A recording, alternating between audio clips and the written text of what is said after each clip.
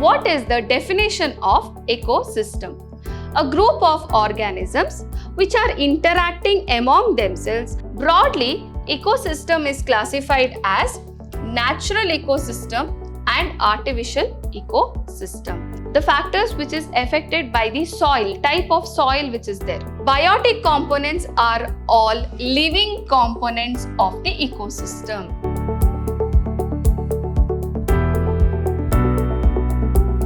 Hello my dear children, welcome back. Today I shall start with the new chapter, ecosystems. So what is the meaning of ecosystem? The term ecosystem, that is eco, is derived from Greek word which means an ecological sphere, a house or a place of living or surrounding or the environment. So eco means something which is surrounding us, the environment which is surrounding us or the place which we are living is called as eco. And the word system is used because group of organisms joined in regular and interdependent manner. That is, we have a surrounding or a living space in which the organisms or whatever living organisms are there, they are systematically interacting with one another and also they are interacting with the environment around them. That's the reason we are using the word system there. What is the definition of ecosystem? A group of organisms which are interacting among themselves and interacting with the environment is called as an ecosystem. So once again, a group of organisms which are interacting among themselves and also interacting with the environment is called as an ecosystem. Further, we'll see about the classification of ecosystem. Broadly, ecosystem is classified as natural ecosystem and artificial ecosystem. Okay, so under natural ecosystem, we have aquatic ecosystem and the terrestrial ecosystem. Terrestrial ecosystem means the land ecosystem. Okay, aquatic means further it can be divided as marine and freshwater. So in aquatic ecosystem, we have organisms which are there living in water, and in terrestrial ecosystem, we have which is there on the land. And we have man-made ecosystems also as a type of ecosystem. So we'll go into the details of every type of ecosystem. The first one is natural ecosystem. A natural ecosystem is that which is developed and governed by the nature itself. So they can take care of themselves without any interference of man. What is it? Without any major interference by man, they are capable of operating and maintaining themselves. Such ecosystem we call it as natural ecosystem. They are broadly of two types, that is terrestrial ecosystem and aquatic ecosystem. Now coming to terrestrial ecosystem, this ecosystem is related to land. For example, grassland ecosystem. All the animals or insects or it can be plants which is there in the grassland forms the grassland ecosystem. Also, forest ecosystem, desert ecosystem. Desert ecosystem, there are only a particular type of animals, plants which you can see in the desert, isn't it? And also there is a particular type of climate also which is there, or the geographical area where it is there. All of them put together, we call it as desert ecosystem. Okay, and that is one of the types of terrestrial ecosystem. Next is about the aquatic ecosystem. Aquatic ecosystem is related to what? Water, and it is further divided into two types depending on the salt content. We know that seawater or the marine ecosystem has got a lot of salt in their water. isn't it? That's why we name them as seawater and freshwater. So freshwater ecosystem are running water ecosystem. For example, there is flowing water. Then we call it as running water ecosystem.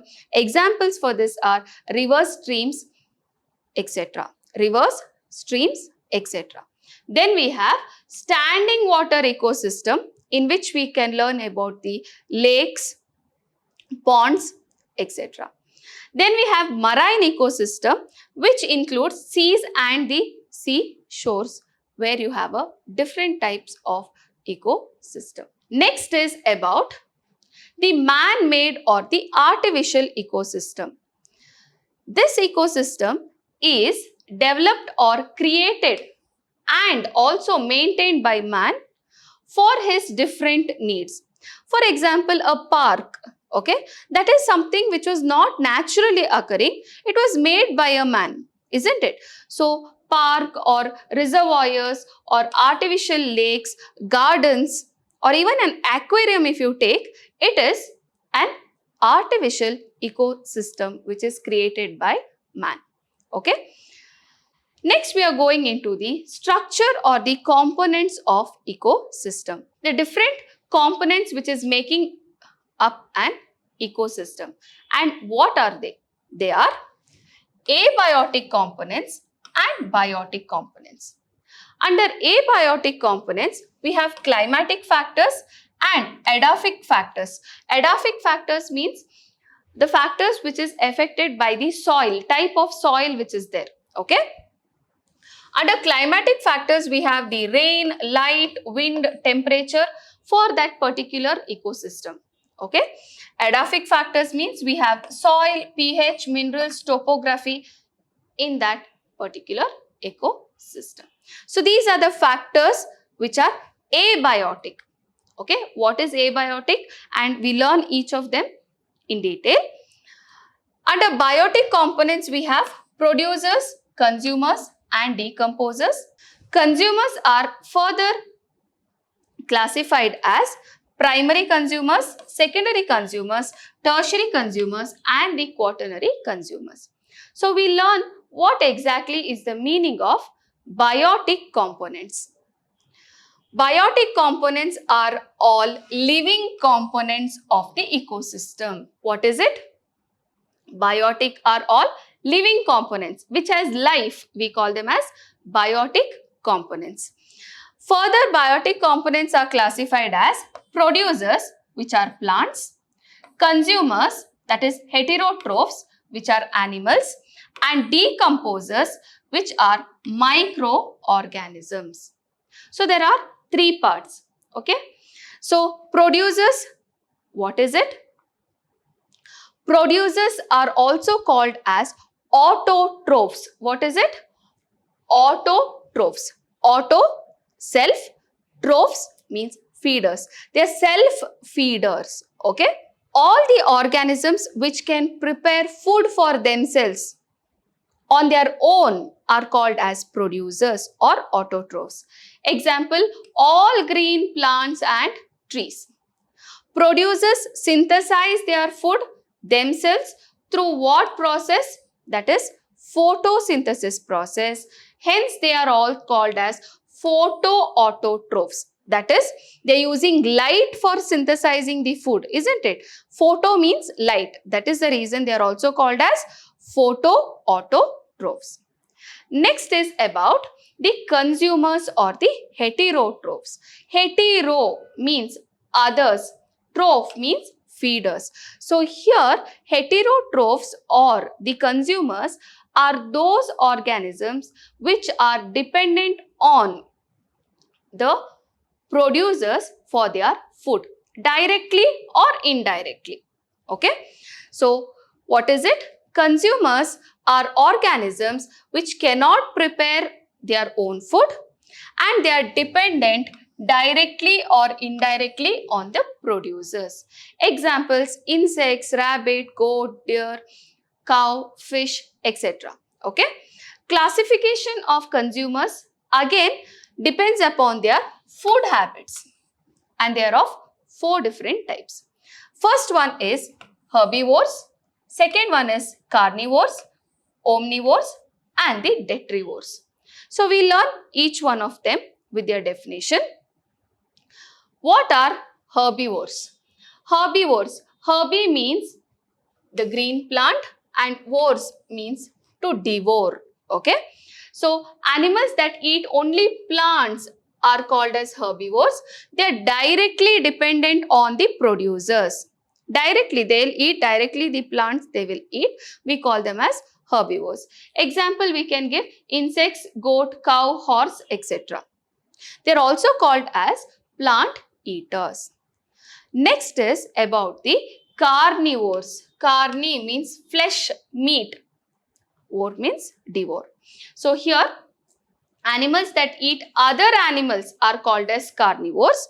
They are indirectly dependent on the producers.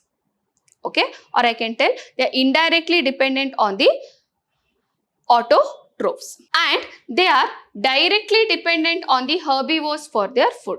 Example, frog, cat, snake, foxes, etc. Next we have omnivores.